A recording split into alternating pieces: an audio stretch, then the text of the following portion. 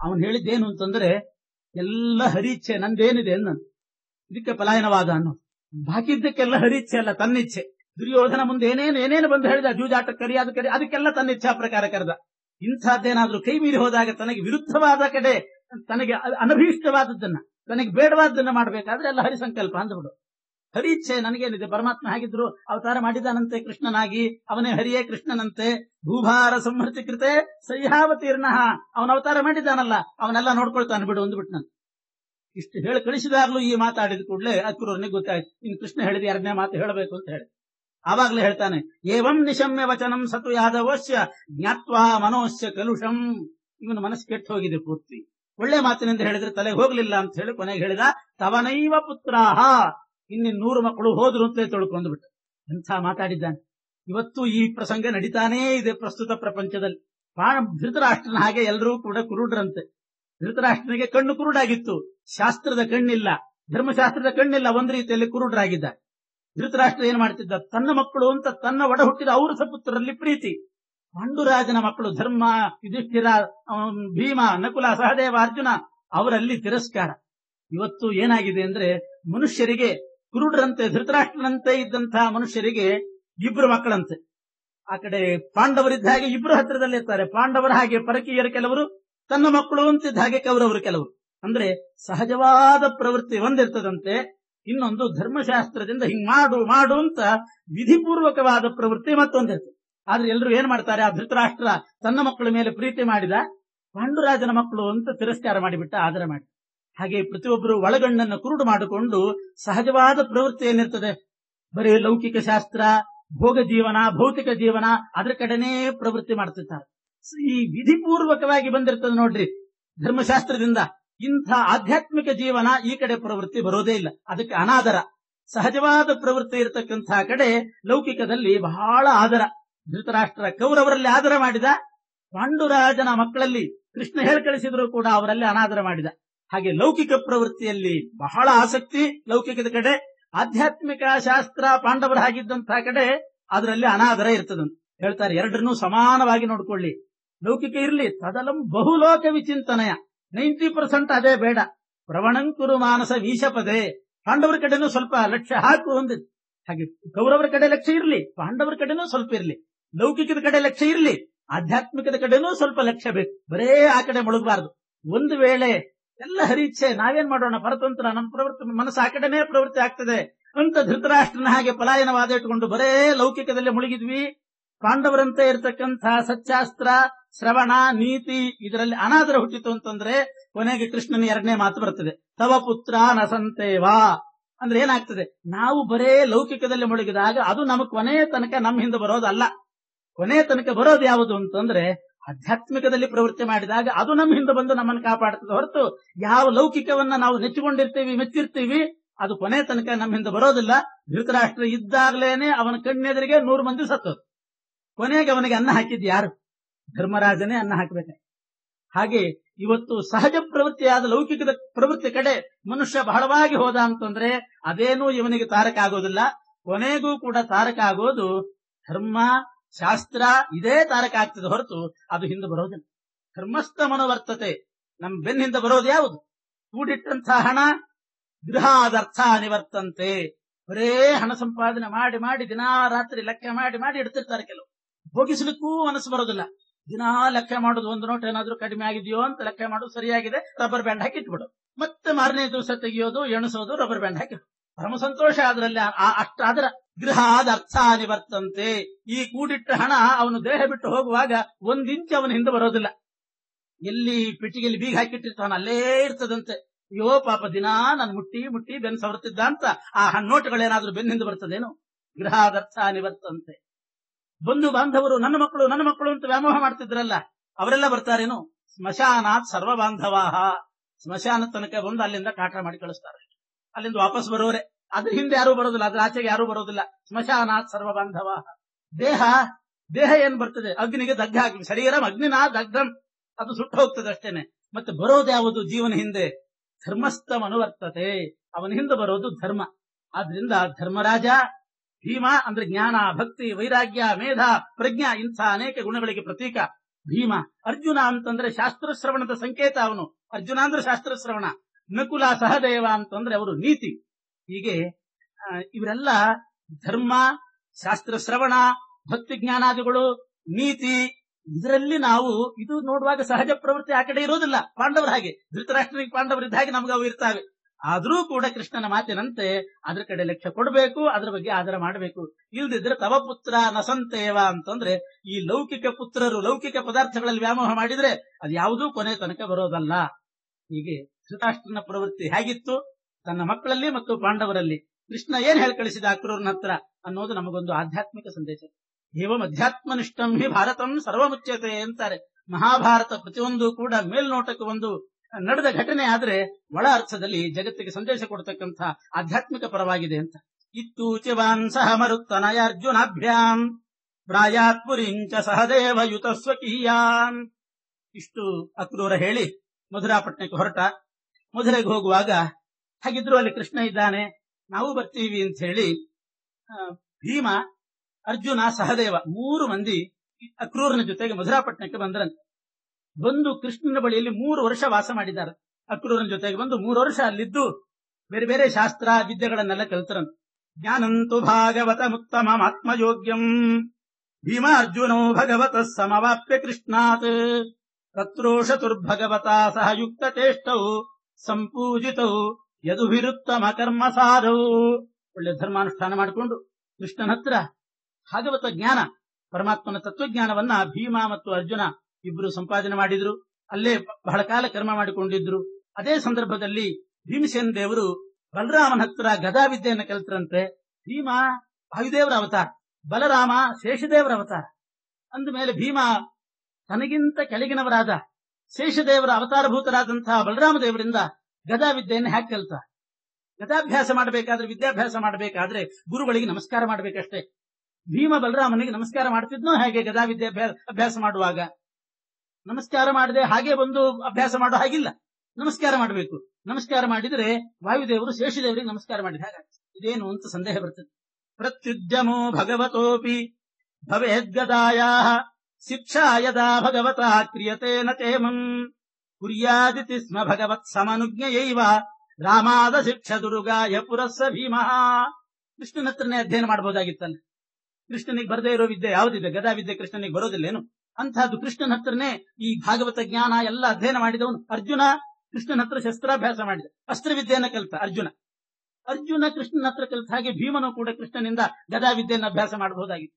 ಯಾಕೆ ಕಲೀಲಿಲ್ಲ ಅಂತಂದ್ರೆ, ಗದಾವಿದ್ಯೆ ಅಭ್ಯಾಸ ಮಾಡೋದು ಅಂತಂದ್ರೆ ಅದು ಎದುರುಗಡೆ ಗದೆ ಹಿಡ್ಕೊಂಡು ಎತ್ತಬೇಕಾಗ್ತದೆ. ಗದಾವಿದ್ಯೆ ಅಭ್ಯಾಸ ಮಾಡುವಾಗ ಕೃಷ್ಣನು ತಾನು ಗದೆ ಹಿಡ್ಕೊಂಡಿರ್ತಾನೆ, ಇವರು ಗದೆ ಹಿಡ್ಕೊಳ್ಬೇಕು, ಅಭ್ಯಾಸ ಮಾಡಿ. ಕುಸ್ತಿ ಕಲಿಸ್ತೀವಿ ಅಂತ ಬಂದವರು ಇಬ್ರು ಪರಸ್ಪರ ಕುಸ್ತಿ ಹಿಡಿಲೇಬೇಕು, ಇಲ್ಲದಿದ್ರೆ ಕಲೀಲಿಕ್ಕೆ ಆಗೋದಿಲ್ಲ. ಅದೇ ರೀತಿ ಕೃಷ್ಣನ ಎದುರುಗಡೆ ಗದೆ ಹಿಡ್ಕೊಂಡು ಎತ್ತಬೇಕಾಗ್ತದೆ. ಅದು ಸಂಕೋಚ ಭೀಮಸೇನ. ಅಂಥ ಭಾಗವತ ಧರ್ಮ. ಕೃಷ್ಣನ ಎದುರುಗಡೆ ಅಭ್ಯಾಸ ಮಾಡ್ಲಿಕ್ಕೆ ಆದ್ರೂ ಹೇಗೆ ಗದೆ ಎತ್ತೋದು? ಆದ್ರಿಂದ ಕೃಷ್ಣನ ಹತ್ರ ಗದಾಭ್ಯಾಸ ಮಾಡಲಿಲ್ಲ. ಇಂಥ ಭಾಗವತ ಧರ್ಮ, ಅಚ್ಚಿನ್ನ ಭಗವದ್ಭಕ್ತಿ. ವಿನೋದಕ್ಕಾಗಿಯೂ ಕೂಡ ಕೃಷ್ಣನ ಹತ್ರ ಅವರು ಯುದ್ಧ ಮಾಡುವವರಲ್ಲ, ವಿನೋದಕ್ಕಾಗಿಯೂ ಮಾಡುವವರಲ್ಲ. ಅಂಥ ಭಾಗವತ ಧರ್ಮ ಭೀಮಸೇನ ದೇವರದ್ದು. ಆದ್ರಿಂದ ಕೃಷ್ಣನ ಹತ್ರ ಅಧ್ಯಯನ ಮಾಡಲಿಲ್ಲ. ಕೃಷ್ಣನ ಅನುಮತಿ ಪಡೆದು ಕೃಷ್ಣನ ಆಜ್ಞೆಯಂತೆ ಬಲರಾಮ ದೇವರ ಹತ್ರ ಅಧ್ಯಯನ ಮಾಡಿದರು. ಮತ್ತೆ ಸಣ್ಣವರ ಹತ್ರ ಅಧ್ಯಯನ ಮಾಡಿದ ಹಾಗಾಯ್ತಲ್ಲ ಅಂತಂದ್ರೆ, ಆ ಬಲರಾಮ ದೇವರಲ್ಲಿ ಶುಕ್ಲಕೇಶದ ಆವೇಶ.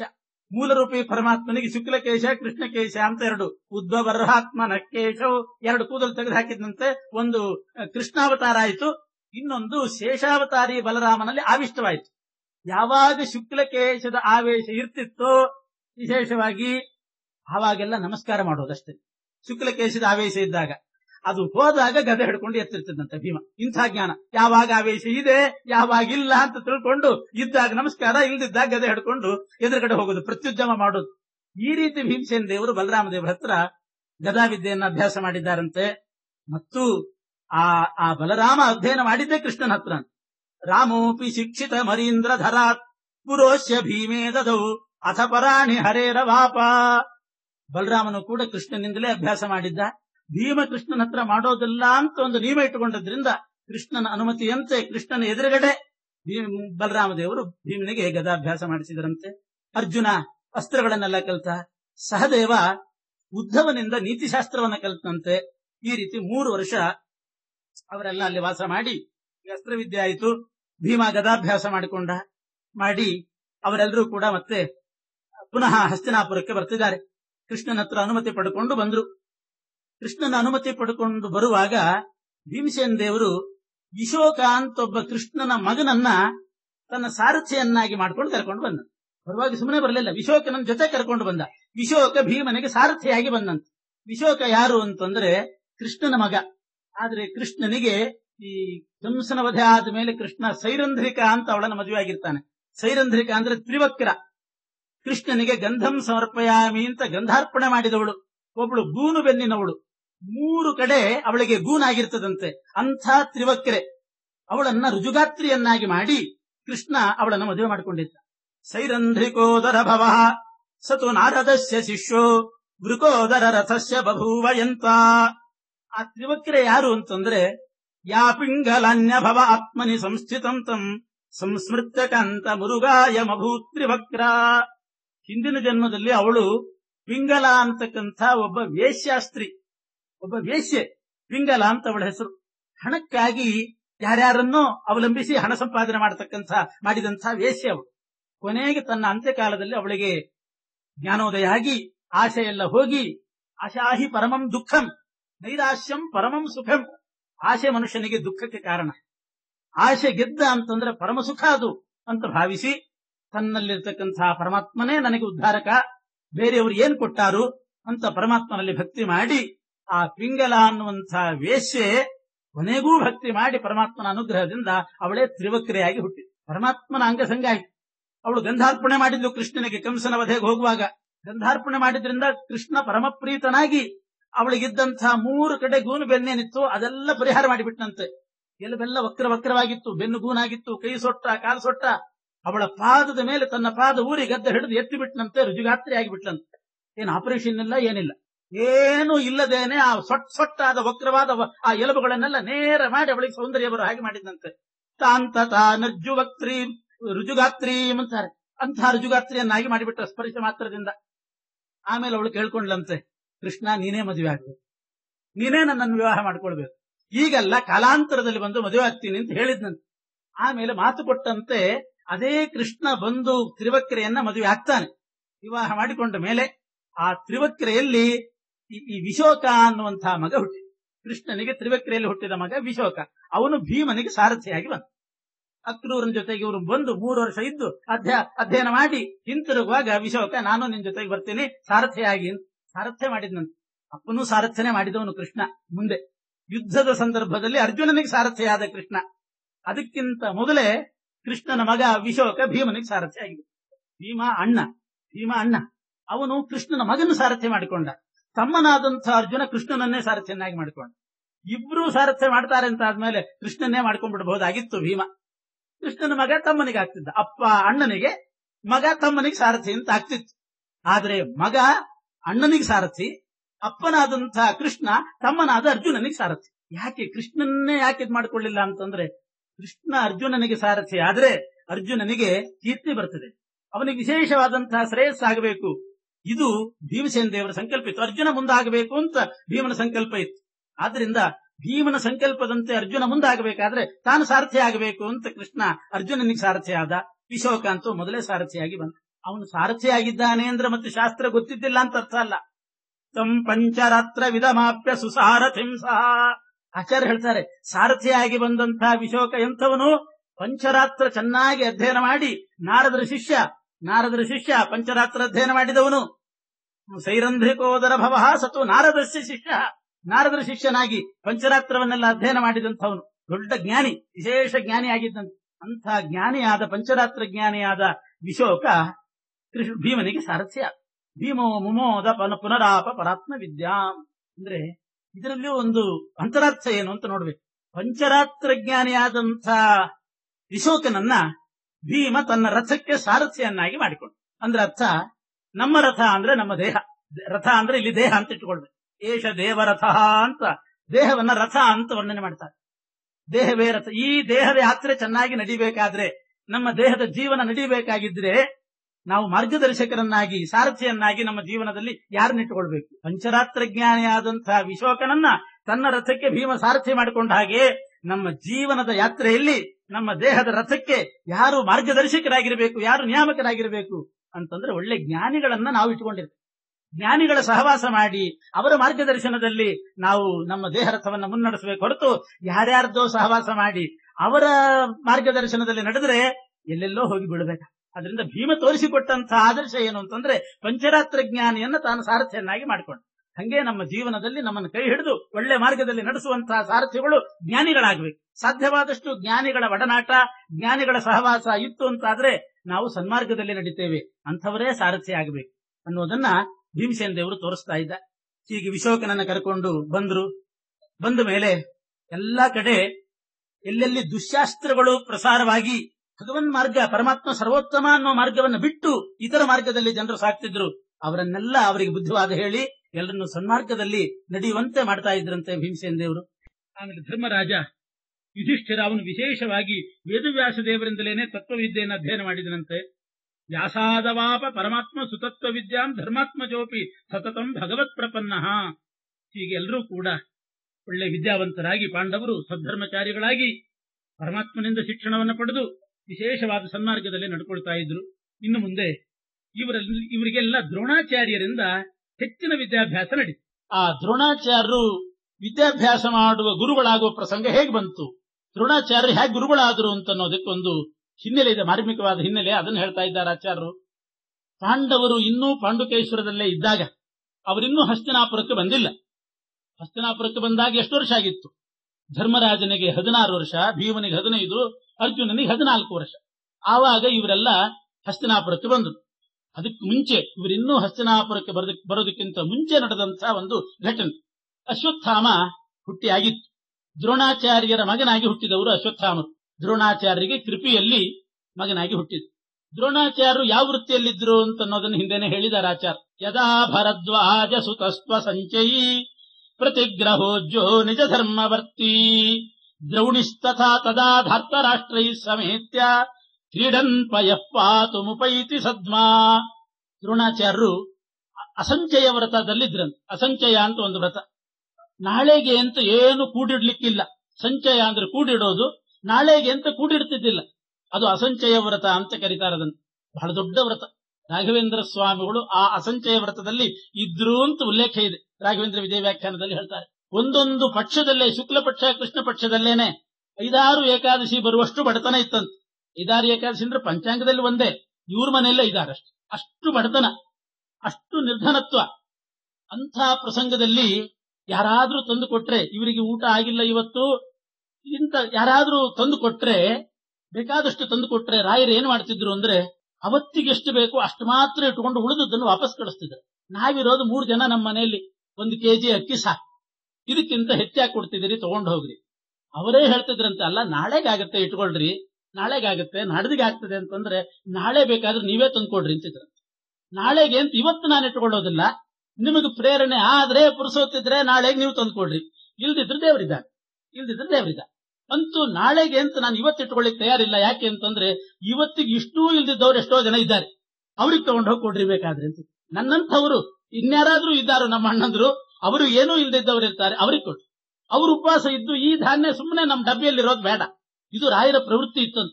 ಇಂಥ ಅಸಂಚಯ ವ್ರತ, ದೇವರ ಮೇಲೆ ವಿಶೇಷವಾದ ನಂಬಿಕೆ. ನಾಳೆಗೆ ಏನಾದ್ರೂ ಮಾಡ್ತಾರೆ, ದೇವ್ರು ಹೇಗಾದ್ರೂ ಕೊಟ್ಟೇ ಕೊಡ್ತಾರೆ. ಧೇನು ವ್ರತ ಅಂತಾರೆ. ಧೇನು ಅಂದ್ರೆ ಹಸು, ಅದು ಗೂಟ ಬಿಚ್ಚಿದ್ರೆ ಹೊರಗೆ ಹೋದ್ರೆ ಎಷ್ಟು ಬೇಕೋ ಅಷ್ಟು ತಿಂತದೆ, ಬಂದ್ಬಿಡ್ತದೆ. ನಾಳೆಗೆ ಅಂತ ಇಟ್ಕೊಂಡು ಬರೋದಿಲ್ಲ ಅಂತದ್ದು. ಅಷ್ಟು ನಂಬಿಕೆ ಆ ದನಕ್ಕೆ. ನಾಳೆಗೆ ಪರಮಾತ್ಮ ಇದ್ದಾನೆ, ನಾಳೆಗೆ ಯಾರಾದ್ರೂ ಹಗ್ಗ ಬಿಚ್ಚುತ್ತಾರೆ, ಒಂದಿಷ್ಟು ಮೇವು ಹಾಕ್ತಾರೆ, 1 ಬಕೆಟ್ ನೀರು ಇಡ್ತಾರೆ, ಹಾಲು ಏನಾದ್ರೂ ಒಂದು ಇಡ್ತಾರೆ, ಕುಡಿತೇನೆ ಅನ್ನುವಂಥ ನಂಬಿಕೆ. ತನ್ನ ಮರಿ ಇದಕ್ಕೆ ಕರುವಿಗೆ ಅಂತ ತರೋದಿಲ್ಲ, ರಾತ್ರಿಗೆ ಅಂತ ತರೋದಿಲ್ಲ. ಇದು ರಾಯರು ಹೀಗಿದ್ರಂತೆ. ಭಜತಾಂ ಕಲ್ಪವೃಕ್ಷಾಯ ನಮತಾಂ ಕಾಮಧೇನವೇ. ಈ ರೀತಿ ಧೇನುವಿನಂತೆ ಏನೂ ಸಂಗ್ರಹ ಮಾಡದೆ ಅಸಂಚಯ ವ್ರತದಲ್ಲಿದ್ರಂತೆ. ಇಂಥ ಪ್ರವೃತ್ತಿ ಅದು ದ್ರೋಣಾಚಾರ್ಯರು ಕೂಡ ಹಾಗೆ. ಯದಾ ಭರದ್ವಾಜ ಸುತಸ್ತು ಅಸಂಚಯಿ ಪ್ರತಿಗ್ರಹೋಜ್ಜ. ಯಾರಾದ್ರೂ ಕೊಡ್ಲಿಕ್ಕೆ ಬಂದ್ರೆ ಪ್ರತಿಗ್ರಹನೂ ಮಾಡ್ತಿದ್ದಿಲ್ಲ ಅಂತ, ಅಪ್ರತಿಗ್ರಹ ನಿಯಮ. ಮತ್ತೆ ಹೇಗೆ ಬದುಕ್ತಿದ್ರು? ಕೊಟ್ಟದ್ದನ್ನು ತಗೋತಾ ಇದ್ದಿಲ್ಲ. ಯಾರು ಕೊಟ್ಟದ್ದನ್ನು ತಗೋತಿದ್ರಂತ ಅವತ್ತಿಗೆ ಬೇಕಾದ್ರೆ. ದ್ರೋಣಾಚಾರ್ಯ ಕೊಟ್ಟದ್ದನ್ನೂ ತಗೋತಿದ್ದಿಲ್ಲ. ಮತ್ತೆ ಹೇಗೆ ಬದುಕ್ತಿದ್ರು ಅಂದ್ರೆ ಶಿಲೋಂಚ ವೃತ್ತಿಯಿಂದ ಕಾಳುಗಳನ್ನ ಆರಿಸ್ಕೊಂಡು, ಕಾಳು ತೆನೆ ಆರಿಸ್ಕೊಂಡು ಬಂದು ಮನೆಯಲ್ಲಿ ಬದುಕುವವರು. ಅಂಥ ಮಾರ್ಗದಲ್ಲಿದ್ದವರು. ಅಂಥವರಿಗೆ ಎಷ್ಟಿದ್ದೀತು ಮನೆಯಲ್ಲಿ ಅಂತ ಯೋಚನೆ ಮಾಡಿ. ಇಂಥವರ ಮಗನಾಗಿ ಹುಟ್ಟಿದ್ರು ಅಶ್ವತ್ಥಾಮಾಚಾರ್ಯ. ಆದ್ರೆ ಅವರ ಸಹವಾಸ ಮಾತ್ರ ದುರ್ಯೋಧನಾದಿಗಳ ಜೊತೆಗಿತ್ತು. ಇದು ನೋಡಿ, ಯಾವಾಗ್ಲೂ ಬಡವರ ಮಕ್ಕಳು ಶ್ರೀಮಂತರ ಮಕ್ಕಳ ಜೊತೆಗೆ ಸಹವಾಸ ಮಾಡಿದ್ರೆ ಏನಾಗ್ತದೆ ಅಂತ ನೋಡಿ. ಅವರ ವೈಭವ ನಮಗ್ ಬರಬೇಕು ಅಂತ ಅಪೇಕ್ಷೆ ಸಹಜವಾಗಿ ಬಂದ್ಬಿಡ್ತದೆ ಆ ಸಹವಾಸ ಇದ್ರೆ. ದ್ರೋಣಾಚಾರ್ಯರ ಮಗ ಅಶ್ವತ್ಥಾಮಾಚಾರ್ಯರು ಆಟ ಆಡ್ಲಿಕ್ಕೆ ಹೋಗ್ತಾ ಇದ್ದದ್ದು ಧರ್ತರಾಷ್ಟ್ರೈ ಸಮೇತ್ಯ. ಧೃತರಾಷ್ಟ್ರನ ಮಕ್ಕಳು ದುರ್ಯೋಧನಾದಿಗಳ ಒಡನಾಟ, ಅವರ ಜೊತೆಗೆ ಆಟ ಆಡೋದು. ಸಮೇತ್ಯ ಕ್ರೀಡನ್ ಪಯಃಪಾತುಮುಪೈತಿ ಸದ್ಮಾ. ಆಟ ಆಡ್ತಾ ದುರ್ಯೋಧನಾದಿಗಳು ನಾವು ಹಾಲು ಕುಡಿದು ಬರ್ತೀವಿ, ಆಮೇಲೆ ಆಟ ಮುಂದುವರಿಸೋಣ ಅಂತ ಮನೆಗೆ ಹೋಗ್ತಿದ್ರು. ನಾನು ಹಾಲು ಕುಡಿದು ಬರ್ತೀನಿ ಅಂತ ಅಶ್ವತ್ಥಾಮ ತಾನು ಬರ್ಬೇಕು ಮನೆಗೆ. ಹುಡುಗ ವಯಸ್ಸು, ಸಣ್ಣ ವಯಸ್ಸು, ಅವರೆಲ್ಲ ಹಾಲು ಕುಡಿಲಿಕ್ಕೆ ಹೋದ್ರಲ್ಲ, ನಾನು ಹಾಲು ಕುಡಿದು ಬರ್ತೀನಿ. ಮನೆಗೆ ಬಂದು ಕೃಪಿ ಹತ್ರ ಕೇಳಬೇಕು, ಅಮ್ಮ ಅವರೆಲ್ಲ ಹಾಲು ಕುಡಿದು ಬರ್ಲಿಕ್ಕೆ ಹೋದ್ರು, ನಂಗೂ ಹಾಲು ಕುಡಿದು ಹೋಗ್ತೀನಿ. ಏನ್ ಕೊಡ್ತಾರ ಹಾಲು? ತಿನ್ಲಿಕ್ಕೆ ಏನೇನಿಲ್ಲ. ಆ ಕಾಳುಗಳು ಆರಿಸ್ಕೊಂಡು ಬಂದು ತಿನ್ನುವಂಥವರು ಅಸಂಚಯನ ವ್ರತದಲ್ಲಿದ್ದವ್ರು ಹಾಲು ಬೇಕು ಅಂತ ಬಂದ. ಯಾಕೆಂದ್ರೆ ದುರ್ಯೋಧನಾದಿಗಳೆಲ್ಲ ಹಾಲು ಕುಡಿದು ಬರ್ತೀವಿ ಅಂತ ಹೋದ್ರು. ಇನ್ನೇನಾದ್ರೂ ಹಾಲು ಕುಡಿದು ಬರ್ತೀವಿ ಅಂತ ಹೋದ್ರೆ ಅದು ಕೇಳೋ ಪ್ರಸಂಗ ಇತ್ತೋ ಏನೋ, ಪುಣ್ಯಕ್ಕೆ ಅಂದಿಲ್ಲ ಅವ್ರಷ್ಟೇ. ಬರೀ ಹಾಲು ಅಂತಂದು ಹೋಗಿದ್ರು. ಹಾಲು ಕುಡಿತೀನಿ ಅಂತ ಇವನು ಬಂದ್ಬಿಟ್ಟು ಅಶ್ವತ್ಥಾಮ. ಹಾಲು ಕೊಡು ಅಂತಂದಾಗ ಏನ್ ಮಾಡ್ಬೇಕು ಕೃಪಿ? ಒಂದಿಷ್ಟು ಅಕ್ಕಿ ಹಿಟ್ಟು ನೀರು ಕಲಿಸಿ ಕೊಟ್ಟು, ಹಾಲು ಅಂತ ಕೇಳಿದ್ದಕ್ಕೆ ಅಕ್ಕಿ ಹಿಟ್ಟು ನೀರು ಕಲಿಸಿ ಬೆಳ್ಳಗೆ ಮಾಡಿ ತಗೋ ಹಾಲು ಅಂತ ಕೊಟ್ಟು, ಅದನ್ನೇ ಕುಡಿದು ಬಿಟ್ಟು ಅದೇ ಹುಡುಗ ಬುದ್ಧಿಯಿಂದ ಬಂದು ಹೇಳ್ತಿದ್ರಂತೆ, ನಾನು ಕೂಡ ಹಾಲು ಕುಡಿದೆ. ಪೀತಂ ಮಯೇತಿ, ನಾನು ಹಾಲು ಕುಡಿದೆ. ತಸ್ಮೈ ಮಾತಾ ಪಿಷ್ಟಮಾಲೋಡ್ಯ ಪಾತುಂ ದದಾತಿ ಪೀತ್ವೈತಿ ತದೇಶ ನಿತ್ಯಂ ಪೀತ ಕ್ಷೀರಾನ್ ಧರ್ತರಾಷ್ಟ್ರಾನ್ ಸಮೇತ್ಯ ಮಯಾ ಪೀತಂ ಕ್ಷೀರಮಿತ್ಯಾಹ ನಿತ್ಯಂ. ನಾನು ಹಾಲು ಕುಡಿದೆ ಅನ್ಬೇಕು. ನಾನು ಹಾಲು ಕುಡಿದೆ ಎಂದಾಗ ದುರ್ಯೋಧನ ಅನ್ಕೋತಿದ್ದಂತೆ, ನೀನೇನ್ ಕುಡಿತಿ ನಿನ್ನ ಹಣೆ ಬರಕ್ಕೆ ಅಂತ. ನೀನೇನ್ ಕುಡಿತಿ ಹಾಲು? ನಿಮ್ಮನೇಲಿ ಎಲ್ಲಿದೆ ಹಾಲು ಅಂತ ಮನಸ್ಸಿನಲ್ಲಿ ಅನ್ಕೋತಿದ್ದ. ನಿಜವಾಗಿಯೂ ಇವನಿಗೆ ಹಾಲು ಸಿಗ್ಲಿಕ್ಕಿಲ್ಲ. ನೃತ್ಯಂತ ಮೇನಂ ಅಂತೂ ನಾನು ಹಾಲು ಕುಡಿದು ಬಂದೆ ಅಂತ ಕುಣಿತಿದ್ದಾಗ ಒಂದ್ ದಿವಸ ನಾನ್ ಕೊಡ್ತೀನಿ ಬಾ ಹಾಲು ಅಂತ ದುರ್ಯೋಧನ ಒಂದು ದಿವಸ ಮನೆಗೆ ಹೋಗುವಾಗ, ಇವತ್ತು ನಮ್ಮನೆಗೆ ಬಂದ್ಬಿಟ್ಟು ಹಾಲು ಕುಡಿಲಿಕ್ಕೆ ಅಂತ ಅಶ್ವತ್ಥಾಮನ್ ಕರ್ಕೊಂಡು ಹೋಗಿ ತನ್ನ ಮನೆಗೆ ಕರ್ಕೊಂಡು ಹೋಗಿ ತಾನೊಂದು ಲೋಟ ಹಾಲು ಕೊಟ್ಟನಂತೆ. ಆ ಹಾಲು ಕುಡ್ದ ನೋಡ್ರಿ ಅಶ್ವತ್ಥಾಮ, ಅವತ್ತಿನಿಂದ ಬುದ್ಧಿ ಕಟ್ಟೋಯ್ತು. ಅವತ್ತಿನಿಂದ ದುರ್ಯೋಧನನ ಅನುಯಾಯಿ ಆಗಿಬಿಟ್ರು ಅಶ್ವತ್ಥಾಮಾಚಾರ್ಯ. ಅವತ್ತಿನಿಂದ ಅವನ ಅನುಯಾಯಿ. ಅದೇನೋ ಮಾಡ್ತಿರ್ತಾರಂತ, ಹಂಗೇನೋ ಗುಳಿಗೆ ಪಳಿಗೆ ಹಾಕಿ ಕೊಡ್ತಿರ್ತಾರಂತ ವಶ ಮಾಡ್ಕೊಳ್ಳಿಕ್ಕೆ. ದುರ್ಯೋಧನ ಏನೂ ಹಾಕಿಲ್ಲ, ಏನೂ ಹಾಕಿದ ಅವನು ಕೈ ಮುಟ್ಟಿ ಕೊಟ್ಟನೋ ಇಲ್ಲೋ ಅಷ್ಟೇ ಅನರ್ಥ ಆಗೋಯ್ತು. ದುರ್ಯೋಧನ ಅಂದ್ರೆ ಯಾರು? ಅವನು ಕೊಟ್ಟ ಹಾಲು ಅಂದ್ರೆ ಹಾಲಾಹಲ ಸಂಪರ್ಕ ಹೊಂದಿದ ಹಾಲದು. ದುರ್ಯೋಧನ ಅಂದ್ರೆ ಅವನ ಹಾಲಾಹಲನೆ. ಕಲೆಯ ಸ್ವರೂಪಂ ತದತೈವ ದುಸ್ಸಹಂ ಅಂತಾರೆ. ಹಾಲಾಹಲ ವಿಷ ಬಂತಲ್ಲ, ಆ ಹಾಲಾಹಲ ವಿಷ ಕಲಿಯ ದೇಹ ಅಂತ, ಕಲಿ ಸ್ವರೂಪ. ಕಲಿಯೇ ದುರ್ಯೋಧನ, ಕಲಿಯ ದೇಹವೇ ಹಾಲಾಹಲ ವಿಷ ಅಂತ. ಅಂಥ ಹಾಲಾಹಲದ ಆ ಶರೀರವುಳ್ಳಂಥ ಕಲಿಯೇ ದುರ್ಯೋಧನನಾಗಿ ಹುಟ್ಟಿದವನು. ಅವನು ಹುಟ್ಟಿ ಒಂದು ಲೋಟ ಹಾಲು ಕೊಟ್ಟ, ಏನು ಹಾಕಿಲ್ಲ, ಅದಕ್ಕೆ ಗುಳಿಗೆ ಹಾಕಿಲ್ಲ, ಮತ್ತೆ ಹಾಕಿಲ್ಲ, ಏನೇನೂ ಹಾಕಿಲ್ಲ. ಸುಮ್ಮನೆ ಅವನ ಕೈಯಿಂದ ಮುಟ್ಟಿ ಕೊಟ್ಟಂತಹ ಒಂದು ಹಾಲು ಕುಡಿದದ್ದಕ್ಕೆ ಅಶ್ವತ್ಥಾಮಾಚಾರ್ಯ ಬಹಳ ಪರಿಣಾಮ. ಅದರಿಂದಲೇನೆ ಅನ್ನವಸಿತಂ ತ್ರೇಧಾ ವಿಧೀಯತೆ. ಊಟ ಮಾಡುವಾಗ ಶುದ್ಧವಾದ ಕೈಯಿಂದ ತಗೋಬೇಕಂತ. ಪುರೈಷ ಕೃಷ್ಣ ಕರಸಿದ್ಧ ಶುದ್ಧಿ ಮತ್ ವರಾನ್ನ ಭುಕ್ತ್ಯ ಕಿಲ ಪಾಂಡವಾಲಯೇ. ದ್ರೌಪದಿ ದೇವಿಯರ ಶುದ್ಧವಾದ ಕೈಯಿಂದ ಸಿದ್ಧಪಡಿಸಿದಂತಹ ಅನ್ನ ಊಟ ಮಾಡಿ ದ್ವಾಪರ ಯುಗದಲ್ಲಿದ್ದಂಥವ್ರು ಅಚ್ಯುತ ಪ್ರೇಕ್ಷಾಚಾರ್ಯರು ಅವರು ಕಲಿಯುಗದಲ್ಲಿ ಹುಟ್ಟಿದಾಗ ಅವರ ಬುದ್ಧಿ ಎಷ್ಟು ಶುದ್ಧವಾಗಿತ್ತು ಅಂತ. ಯಾಕೆ? ಪುರೈಷ ಕೃಷ್ಣಾಕರ ಸಿದ್ಧ ಶುದ್ಧಿಮತ್ವರನ್ನ ಭುಕ್ತ್ಯ ಕಿಲ ಪಾಂಡವಾಲಯೇ ವಿಶೋಧಿತಾತ್ಮ.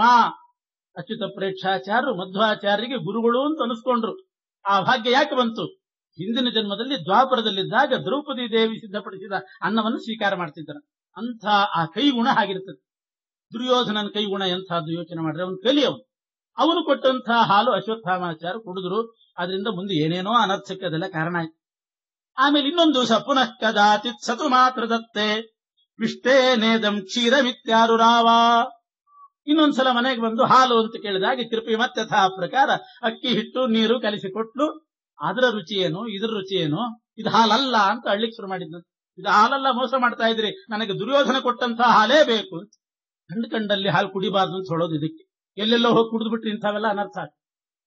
ಏನೋ ಪರವಾಗಿಲ್ಲ, ಏನು ನಿನ್ನೆ ಬಂತಲ್ಲ ಕುಚ್ಚಿತ ಏನೋ ಕಣಾನ್ನ ಕುಚ್ಚಿತ ಕಂಬಳಿಯ ಸೌಭಾಗ್ಯವೊಂದರಿದು. ಏನು ಕಣಾನ್ನ ನುಚ್ಚಿನನ್ನ ಇರ್ಲಿ, ಹಿಟ್ಟಿನ ಹಾಲಿರ್ಲಿ, ನೀರ್ ಹಾಲಿರ್ಲಿ, ಇದ್ದುದನ್ನೇ ಬೆಲ್ಲದ ಪಾನಕ ಏನಿದ್ರೆ ಅದೇ ಸೌಭಾಗ್ಯ ಅಂತ ಅರಿತುಕೊಂಡಿರ್ಬೇಕಷ್ಟೇ ಹೊರತು ದುರ್ಯೋಧನ ಕುಡಿಯುವಂತಹ ಹಾಲು ನನಗೆ ಬೇಕು ಅಂತ ಈ ಇಚ್ಛೆ ಅದು ಬರಬಾರ್ದಾಗಿತ್ತು. ಭಗವದಿಚ್ಛೆ ದೈವೇಚ್ಛೆ ಬಂತು. ದೃಷ್ಟ್ವಾರುವಂತಂ ಸುತಮಾತ್ಮಜಸ್ಯ ಸ್ನೇಹಾನ್ಯತ್ತೈವ ಜನಾರ್ದನಸ್ಯ ಸಂಪ್ರೇರಿತ ಕೃಪಯಾಚಾರ್ಥ ರೂಪೋ ದ್ರೋಣೋ ಯಯಾವಾರ್ಜಯಿತುಂ ತದಾಗಾಂ. ಮನೆಯಲ್ಲಿ ಅಶ್ವತ್ಥಾಮ ಒಂದೇ ಹಠ, ನನಗೆ ಮೋಸ ಮಾಡ್ತಿದ್ದೀರಿ, ಒಳ್ಳೆ ಹಾಲು ಕೊಡ್ತಿದ್ದಿಲ್ಲ, ನನಗೆ ಅಂತಹದ್ದೇ ಹಾಲು ಕೊಡ್ರಿ. ಅದೇ ಹಾಲು ಬೇಕು ಅಂತ ಹಠ ಹಿಡಿದಾಗ ಏನು ಮಾಡಬೇಕು? ಕೃಪಿ ದ್ರೋಣಾಚಾರ್ಯ ಗೊತ್ತಾಯ್ತು, ಮಗನ ಮೇಲೆ ಬಹಳ ವ್ಯಾಮೋಹ, ಪ್ರೀತಿ ಉಂಟಾಯಿತು. ಅಯ್ಯೋ ಪಾಪ, ನನ್ನ ಮಗನಿಗೆ ಒಂದು ಲೋಟ ಹಾಲು ಕೊಡುವಷ್ಟು ಪರಿಸ್ಥಿತಿ ಇಲ್ಲ ಅಂತ ಆಯ್ತಲ್ಲ, ಇನ್ನೇನೂ ಕೇಳ್ತಾ ಇಲ್ಲ ಪಾಪ, ಒಂದು ಲೋಟ ಒಳ್ಳೆ ಹಾಲು ಕೊಡಿಸ್ಬೇಕು, ಕೇಳ್ತಾ ಇದೆ ಮಗು ಅಂತ ಅನಿಸ್ತು. ಮಗನ ಮೇಲೆ ಸ್ನೇಹ ಬಂತು, ಕೃಪೆ ಬಂತು. ಅಯ್ಯೋ ಪಾಪ, ಹಾಲು ಕೇಳ್ತದೆ ಮಗು ಅಂತ ಕೃಪೆ, ಮಗ ಅಂತೂ ಸ್ನೇಹ. ಅದೆಲ್ಲದಕ್ಕಿಂತ ಹೆಚ್ಚಾಗಿ ಭಗವಂತನ ಸಂಕಲ್ಪ. ದ್ರೋಣಾಚಾರ್ಯರು ಬೇಡ್ಲಿಕ್ಕೆ ಹೋಗುವಂತಹ ಪ್ರಸಂಗ ಬರುವಂತಹದ್ದು ಈ ರೀತಿ ಆಯ್ತು. ಇಲ್ದಿದ್ರೆ ಅವ್ರು ಬೇಡ್ತಿದ್ದಿಲ್ಲ, ಯಾರತ್ರ ಬೇಡ್ತಿದ್ದಿಲ್ಲ, ಕೊಟ್ಟದ್ದು ತಗೋತಿದ್ದಿಲ್ಲ. ಅಂತಹದ್ದು ಈಗ ಯಾಚಕಕ್ಕೆ ಇಳಿದ್ರು, ಅವ್ರು ಯಾಚನಾ ವೃತ್ತಿಗೆ ಇಳಿದ್ಬಿಟ್ಟು. ಯಾಕೆ? ಮಗನ ಮೇಲಿನ ಸ್ನೇಹ, ಆ ಕರುಣೆ, ಕೃಪೆ ಬಂತು, ಪರಮಾತ್ಮನ ಸಂಕಲ್ಪ ಆಗಿತ್ತು. ಆದ್ರಿಂದ ದ್ರೋಣಾಚಾರ್ಯ ತೀರ್ಮಾನ ಮಾಡಿದ್ರು, ಇದೊಂದು ಮಗನ ಇಚ್ಛೆ ಪೂರೈಸದೇ ಇದ್ರೆ ಹೇಗೆ ನಾನು ತಂದೆಯಾಗಿ, ಇನ್ನೇನು ಕೇಳ್ತಾ ಇಲ್ಲ, ಹಾಲು ಕೇಳ್ತಿದ್ದಾನೆ, ಆದ್ರಿಂದ ಒಂದು ಹಸು ತರೋಣ ಅಂತ ತೀರ್ಮಾನ ಮಾಡಿದ್ರು. ಎಲ್ಲಿಂದ ತರೋದು? ಕೈಯಲ್ಲಿ ಹಣ ಇಲ್ಲ, ಇನ್ನೊಬ್ಬರ ಹತ್ರ ಬೇಡಬೇಕು. ಯಾರ ಹತ್ರ ಬೇಡೋದು? ಅಪ್ರತಿಗ್ರಹ ನಿಯಮದಲ್ಲೇ ಇದ್ದವರು ಯಾಚನೆ ಮಾಡಿದ್ರೆ ತಪ್ಪಾಗ್ತದೆ, ಧರ್ಮಕ್ಕೆ ಚ್ಯುತಿ ಬರ್ತದೆ ಅಂತ ಒಳ್ಳೆ ವಿವೇಕಿಗಳಾಗಿ ವಿಚಾರ ಮಾಡ್ತಾರೆ. ಬೇಡದಾದ್ರೆ ಯಾರ ಹತ್ರ ಬೇಡಬೇಕು? ಪರಶುರಾಮ ದೇವರ ಹತ್ರ ಹೋಗಿ ಕೇಳಿದ್ರೆ ಆಕೆ. ಪರಶುರಾಮ ದೇವರು ಸಾಕ್ಷಾತ್ ಪರಮಾತ್ಮನ ಅವತಾರ, ಇಡೀ ಜಗತ್ತಿಗೆ ಮಾತಾಪಿತಾ ಅವರೇನೆ. ಆ ಪರಶುರಾಮ ದೇವರ ಹತ್ರ ಯಾಚನೆ ಮಾಡಿದ್ರೆ ಆವಾಗ ಅದು ಧರ್ಮಕ್ಕೇನು ಚ್ಯುತಿ ಬರೋದಿಲ್ಲ. ದೇವರನ್ನ ಬಿಟ್ಟು ಬೇರೆಯವರ ಹತ್ರ ಹೋಗಿ ಯಾಚನೆ ಮಾಡಿದ್ರೆ ಅದು ಧರ್ಮಕ್ಕೆ ಚ್ಯುತಿ ಬರ್ತದೆ. ಬೇಡಿದರೆ ಎನ್ನೊಡೆಯನ ಬೇಡುವೆ, ಪಾಡಿದರೆ ಎನ್ನೊಡೆಯನ ಪಾಡುವೆ, ತೇನತ್ಯಕ್ತೇನ ಭುಂಜೀಥಾಹ ಮಾಗೃಧಕ್ಕಸ್ಯ ಸಿದ್ಧನಂ ಅನ್ನುವಂತಹ ಉಪನಿಷತ್ತಿನ ಧರ್ಮವನ್ನೇ ಅನುಷ್ಠಾನ ಮಾಡಬೇಕು. ಕೇಳಿದ್ರೆ ಆ ಪರಮಾತ್ಮನ ಕೇಳಬೇಕು, ತಪ್ಪಲ್ಲ ಅಂತ ಹೇಳಿ ಪರಶುರಾಮ ದೇವರ ಹತ್ರ ಹೋದ್ರು. ಕೃಷ್ಣನೂ ಇದ್ದ ಭಗವದ್ ಅವತಾರ, ವೇದವ್ಯಾಸ ದೇವರು ಇದ್ರು. ಆದರೆ ಪರಶುರಾಮ ದೇವರು ಅಷ್ಟೊತ್ತಿಗೆ ಬ್ರಾಹ್ಮಣರಲ್ಲಿ ವಿಶೇಷ ಪಕ್ಷಪಾತಿಗಳು, ಅವರಿಗೆ ಭೂದಾನ ಮಾಡಿದ್ದು, ಬೇಕಾದಷ್ಟು ಕೊಟ್ಟದ್ದು, ಇದೆಲ್ಲ ಪ್ರಸಿದ್ಧಿ ಇತ್ತು. ಸಿಕ್ಕೇ ಸಿಗ್ತದೆ ಪರಶುರಾಮ ದೇವರ ಹತ್ರ ಹೋದ್ರೆ ಅಂತ ಅವ್ರು ಹೇಗಿದ್ರು ಅದಕ್ಕೆ ಕೊಡ್ಲಿಕ್ಕೇನೆ ನಿಂತವರು ಅಂತ ಪರಶುರಾಮ ದೇವರ ಹತ್ರ ಬರ್ತಾ ಇದ್ದಾರೆ. ಪ್ರತಿಗ್ರಹಾತ್ ಸನ್ನಿವೃತ್ತ ಸರಾಮಂ ಯಯೌ ನ ವಿಷ್ಣೋರ್ಹಿ ಭವೇತ್ ಪ್ರತಿಗ್ರಹ. ಪರಮಾತ್ಮನಿಂದ ತಗೊಂಡ್ರೆ ಅದು ಧರ್ಮಕ್ಕೆ ಚ್ಯುತಿ ಆಗುವುದಿಲ್ಲ, ನ ದೋಷಾಯ. ಯಾಕೆಂದ್ರೆ ಪಿತಾಖಿಲಸ್ಯ ಸ್ವಾಮಿ ಗುರು ಪರಮಂ ದೈವತಂಚ. ಈಗ ಎಲ್ಲಾದ್ರೂ ಕಾಳು ಆರಿಸ್ಕೊಂಡು ಬಂದ್ರೆ, ಕೆಲವೊಂದು ವೃತ್ತಿ ಅಂತ ಕಾಳು ಆರಿಸ್ಕೊಂಡು ಬರ್ತೀವಲ್ಲ, ಅದು ಪರಮಾತ್ಮ ಕೊಟ್ಟದ್ದೇ, ಭಗವಂತನಿಂದಲೇ ತಗೊಂಡ ಹಾಗೆ ಅದು ಕಾಳು ಕೂಡ. ಪರಮಾತ್ಮ ಕೊಡದಿದ್ರೆ ಅದು ಸಿಗೋದಿಲ್ಲ. ಆದ್ರಿಂದ ಪರಶುರಾಮ ದೇವರ ಹತ್ರ ಬೇಡಿದ್ರೆ ಅದು ದೋಷ ಆಗುದಿಲ್ಲ ಅಂತ ತಿಳ್ಕೊಂಡು ಪರಶುರಾಮ ದೇವರ ಹತ್ರ ಹೋದ್ರು. ಮಗನ ಹಾಲಿಗೋಸ್ಕರ ಒಂದು ದನ ತರಬೇಕು, ಹಸು ತರಬೇಕು ಅಂತ ಪರಶುರಾಮ ದೇವರ ಹತ್ರ ಬರ್ತಿದ್ದಾರೆ.